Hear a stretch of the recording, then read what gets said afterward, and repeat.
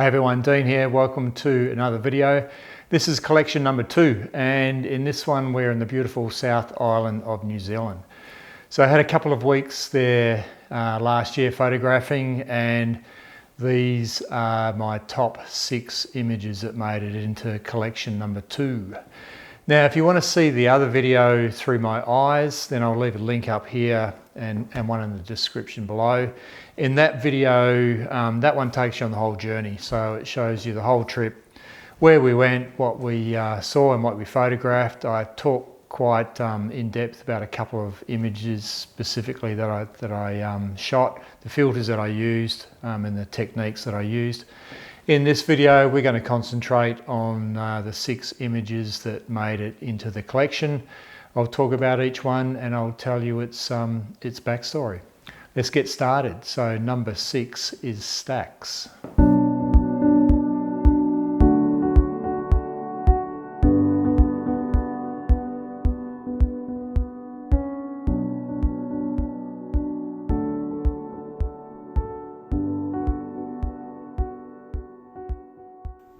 Stacks was shot at a place called Pancake Rocks. It's on the west coast. We were told about this spot, so I was pretty excited to head there. The location is just stunning, absolutely amazing. It's about a 20-minute walk and it takes you through these huge areas of flax plants.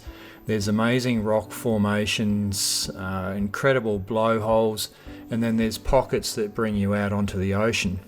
So we were about halfway around this walk when we came out to one of those pockets and we were hit with this scene in front of me. As soon as I saw it, I knew I wanted to create a timeless black and white. That was my sort of vision.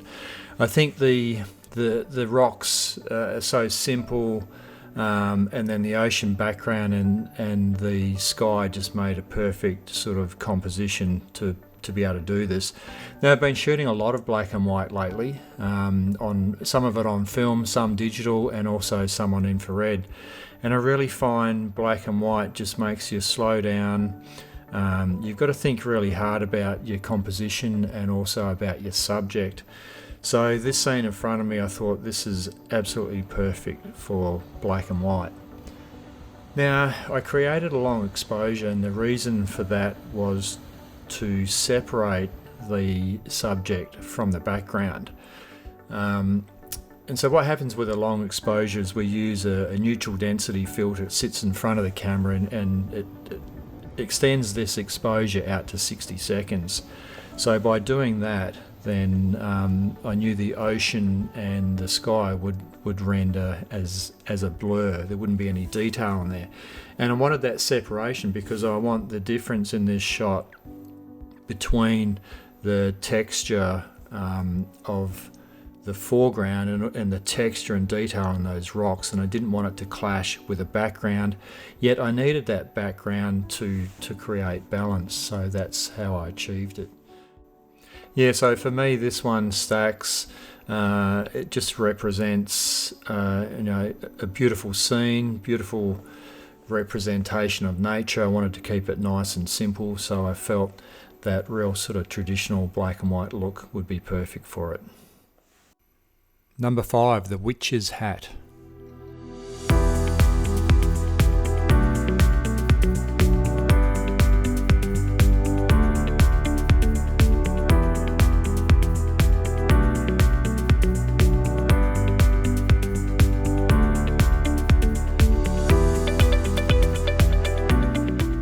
The west coast is littered with dramatic seascapes. We only had a couple of days there, and unfortunately we didn't cop a lot of good light, so I can't wait to get back to explore some of these places. The locations are really wild, and a lot of it actually even reminds me of the Great Ocean Road here in Victoria, though in saying that other parts are completely different. Now the Witch's Hat was an interesting one. I saw the rock formation from the road, but as I approached it from the beach, I realised that it took on a completely different shape to what I thought. It looked like a witch's hat, so that's what attracted me to it. After dodging the rain and the light was starting to fade a bit, then I finally found this composition, and the next thing I had to contend with was a tide. It was just racing in. I only had one pair of boots and we were here for a couple of weeks, so there was no way I wanted to get wet feet in New Zealand in July with one pair of boots. So I was pretty hell-bent on keeping my feet nice and dry, which meant I was sort of running into this position, setting up, trying to get a shot and then racing back out before the tide raced in and caught me. I eventually did it and got this shot, so everything worked out nicely. Number 4, alignment.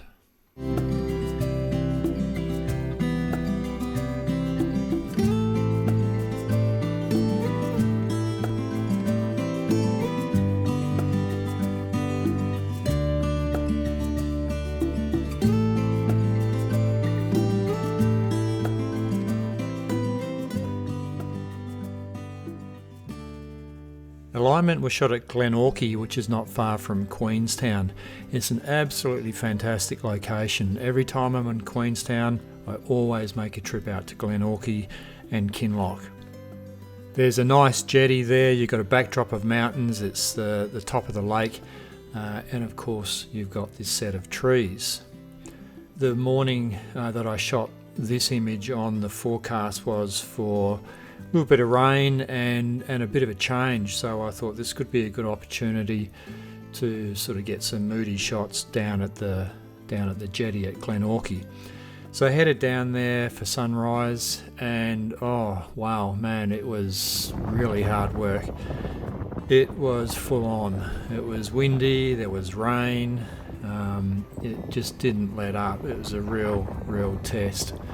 I got some shots around the jetty, and then I thought, oh look, I'll just head over to those trees and have a look over there and see what's happening over there. Now after a little bit, the weather started backing off, so I hung around a bit longer thinking maybe I can get a shot here. And look, these trees have been on my radar for a long time, and I've been trying to get a really good shot of them because they are so unique and so photogenic. I just love the way they sit in the water up on those mounds. They're just like begging to be photographed, but I was yet to have the shot that I really wanted. So I'm looking at these trees in the mountain, and I realised that I think I had a chance of getting that shot this morning because there was a bit of fog and a bit of mist around from the bad weather that we'd had. So in this case, the bad weather was actually working in my favour. And of course I've called it alignment for a couple of reasons. Obviously the trees all sit in alignment, and this particular morning everything just lined up for me to get the shot. Number 3, hooked.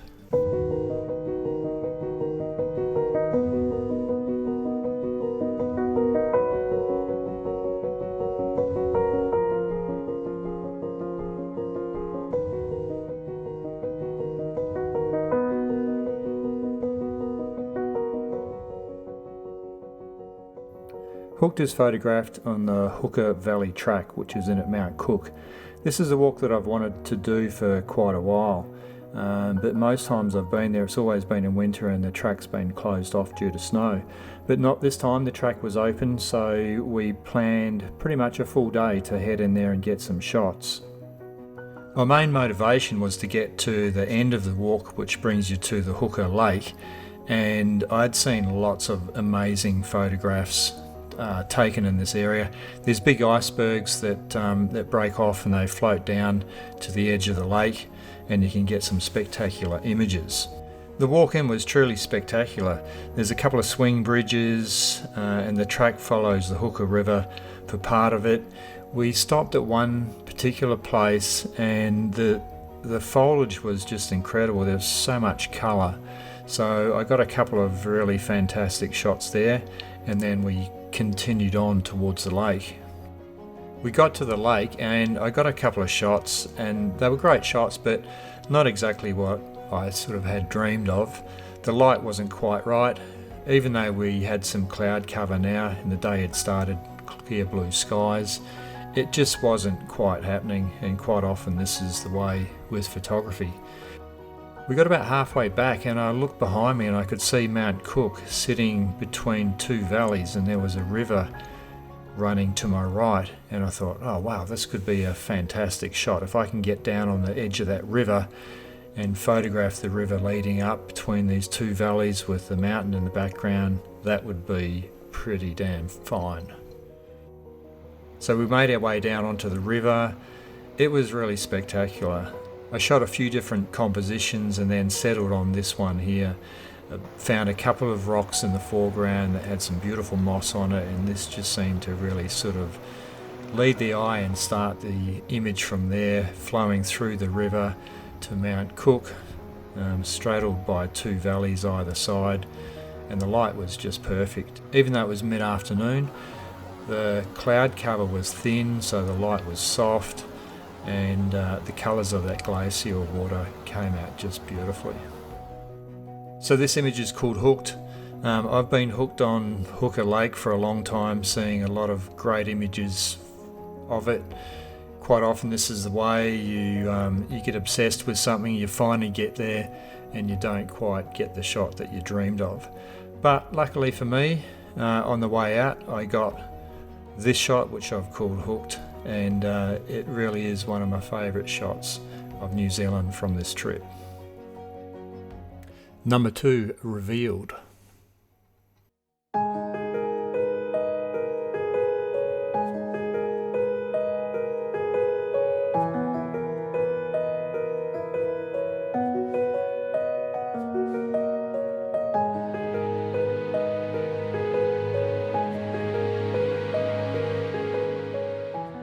Queenstown sits on Lake Wakatipu, and Glenorchy's at the top of that lake. It's a fantastic location. I always go there whenever I'm in Queenstown, and I always visit this little jetty. It was one of those days, clear blue skies, not very good for photography, but perfect for infrared. Now, just very quickly, infrared, I shoot that via a camera that's been converted, so it only captures infrared light and is then converted to a black and white image. Now this particular scene I had a lot of technical issues with. So with infrared, what happens is the blue sky goes black and water tends to go very black as well. Any green foliage that has light will be rendered much lighter, all the way to a white tone. Most of the shots I was taking looked like this. The problem I had was I was trying to get light on those poles, and I just couldn't because the water was going too dark. If I increased my exposure, then the hills would just blow out. Now, if you want to know the whole technical side of this, watch Through My Eyes. I go through the whole process from start to finish and explain every single step along the way. What actually saved me was a Nissi Horizon filter. This one has a dark strip in the middle, and I simply place that where the hill is, which is the lightest part of the scene, and I also used a 6-stop ND filter which allowed a 60-second exposure, and that picked up all that reflecting light on the poles. So this is one of those amazing infrared shots. With infrared, a lot of times you really don't know what you're going to get. Your tonal range is completely different to normal black and white. Things react differently. And luckily with this one I was able to overcome some technical issues, and I just absolutely love the result. It's called Revealed for a couple of different reasons. The infrared side of it is revealing a light source that our eyes don't see, so I always find this really amazing. It's just incredible to be able to capture a spectrum of the light that we don't see. The other reason is the use of that Nissi Horizon filter. That really allowed me to be able to create that longer exposure which revealed all of that light that was actually reflecting off the water, and for that to be captured in the exposure. Drum roll please. Number 1, Victorious.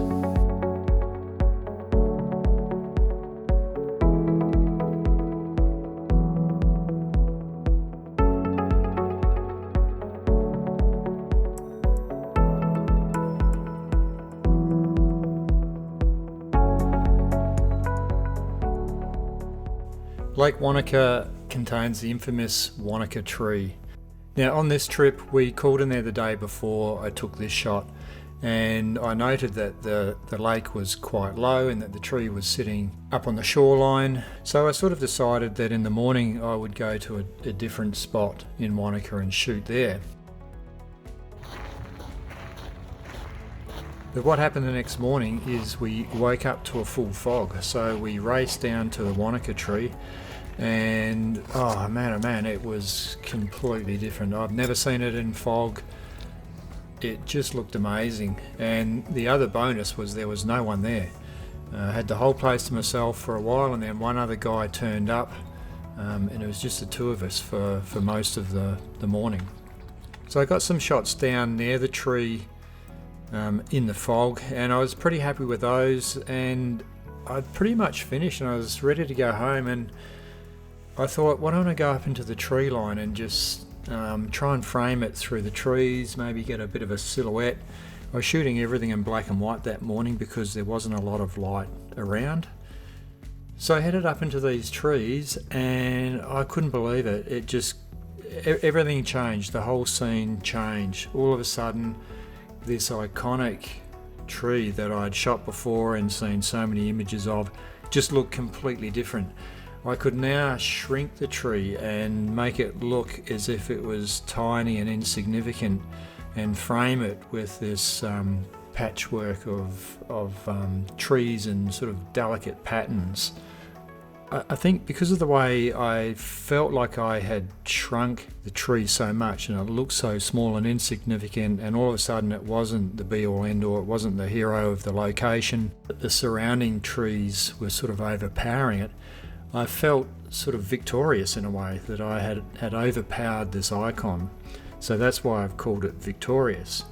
The funny thing is, I get home and the more I look at this image now, I sort of feel that the tree is still the subject, and the tree, even though I've shrunk it and it's much smaller, not as powerful in the frame, it's still the dominating factor. And so I sort of wonder whether the tree is actually the victor, not me. Anyway, leave me a comment below. I would love to know if you thought I was the victor or whether the tree was the victor. Anyway, that's it, guys. That's the collection number 2.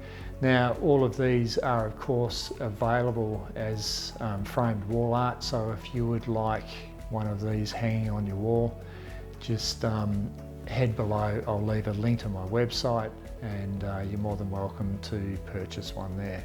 Thanks for watching, and I look really forward to seeing you all in the next video. Ciao. See you guys. Bye.